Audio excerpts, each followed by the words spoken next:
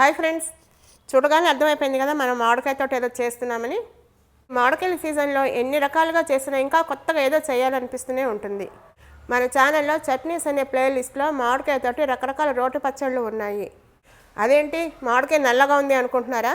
అదేనండి ఈరోజు స్పెషల్. కాల్చిన మామిడికాయతోటి పచ్చడి తింటే సర్గం అంచుల దాకా వెళ్ళి వస్తాము. మరి ఇప్పుడు ఎలా చేయాలో చూద్దాము. మనకి కావాల్సిన మామిడికాయలు తీసుకొని శుభ్రంగా కడిగి తడి ఆరిన తర్వాత స్టవ్ వెలిగించి స్టవ్ మీద పెట్టి కాల్చుకోవాలి. మధ్య మధ్యలో కొంచెం అటు ఇటు తిప్పుకుంటూ ఆ పచ్చి ఫ్లేవర్ పోయే వరకు కాల్చుకోవాలి. మా చిన్నప్పుడు మా అమ్మ కుంపట్లో కాల్చేది, ఇలా మామిడికాయని కుంపట్లో కాల్చి చేసేది, చాలా బాగుంటుంది.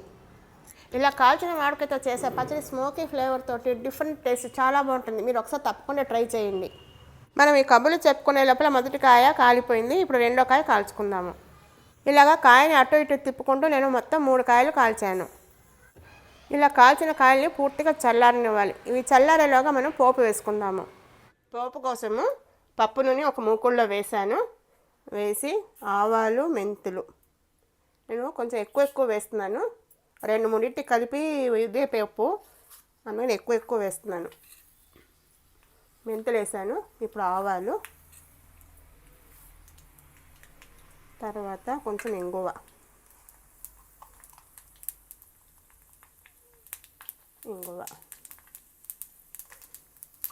కొంచెం చిట్టపట్లు ఆడిన తర్వాత ఆవాలు, మెంతులు, ఎండుమిరపకాయలు వేయాలి.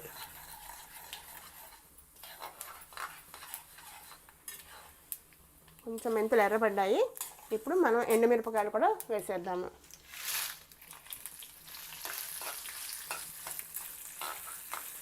ఇందులో 2 మిరపకాయలు వేరేగా ఉన్నాయి చూడండి, బ్యాడగి మిర్చి అంటారు. ఇది వేస్తే మంచి కలర్ వస్తుంది, అందుకోసం 2 అవి వేసాను. ఇప్పుడు మనం స్టవ్ కట్టేసుకోవచ్చు, ఆ వేడికి అది సర్దుకుంటుంది. ఇప్పుడు ఈ చల్లారిన కాయలకి తొక్కని పూర్తిగా ఒలవాలి. తొక్క ఒలిసి కొన్ని కబుర్లు చెప్పుకుందాం.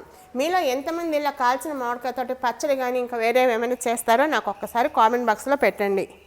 నేనైతే ఎక్కువగా ఇలా పచ్చడిను పచ్చి పులుసు చేస్తూ ఉంటాను. ఇలా వేసవిలో మామిడికాయని ఎక్కువ వాడడం వల్ల వడదెబ్బ తగలంటారు. అందుకని వీలైనంత ఎక్కువగా మామిడికాయ వాడటం మంచిది. చూస్తారు కదా, కాయ మొత్తం తీయడం అయింది తొక్క. ఇప్పుడు మిగిలిన కాయలు కూడా అలాగే ఒలుచుకోవాలి.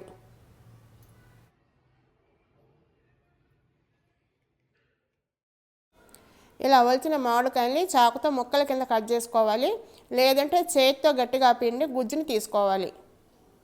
ఇలా వీడియోలో చూపించినట్టుగా పిండేస్తే గుజ్జు మొత్తం వచ్చేస్తుంది. ఇప్పుడు ఒక కాయని ముక్కల కింద ఎలా కట్ చేయాలో చూద్దాము. వీడియోలో చూపించినట్టుగా ఘాట్లు పెట్టుకొని చాకుతో ముక్కల కింద కట్ చేస్తే వచ్చేస్తుంది. ఇలా చేసుకున్న పచ్చడి పుల్లగా, తీయగా, కారంగా చెప్పలేం, స్వర్గానికి బెత్తడు దూరంలో ఉంటాము. ఇప్పుడు ఎలా చేయాలో చూద్దాము. నేను పోపు ఇంకో వేరేదాన్ని కూడా కలిపి వేశాను. ఈ పచ్చడికి ఎంత కావాలో అంత పోపు మిక్సీ జార్లోకి తీసుకోవాలి. పోపు వేసిన తర్వాత అందులో కొంచెం పసుపు, రుచికి సరిపడా ఉప్పు, బెల్లం ముక్క మనం తిని తీపిని బట్టి వేసుకోవాలి, కానీ కొంచెమైనా వేయాలి, అప్పుడే రుచి.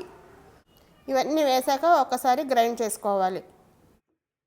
ఇలా గ్రైండ్ చేసుకున్న పోపులో మనం రెడీ పెట్టుకున్న మామిడికాయ గుజ్జుని కూడా వేసి ఒకసారి బాగా కలిపి మరీ మెత్తగా కాకుండా కొంచెం కచ్చాబచ్చాగా గ్రైండ్ చేసుకోవాలి. చూస్తారు కదా, చక్కగా గ్రైండ్ చేసుకున్నాము. ఈ స్టేజ్లో కొంచెం ఉప్పు, తీపి అడ్జస్ట్ చేసుకోవాలి.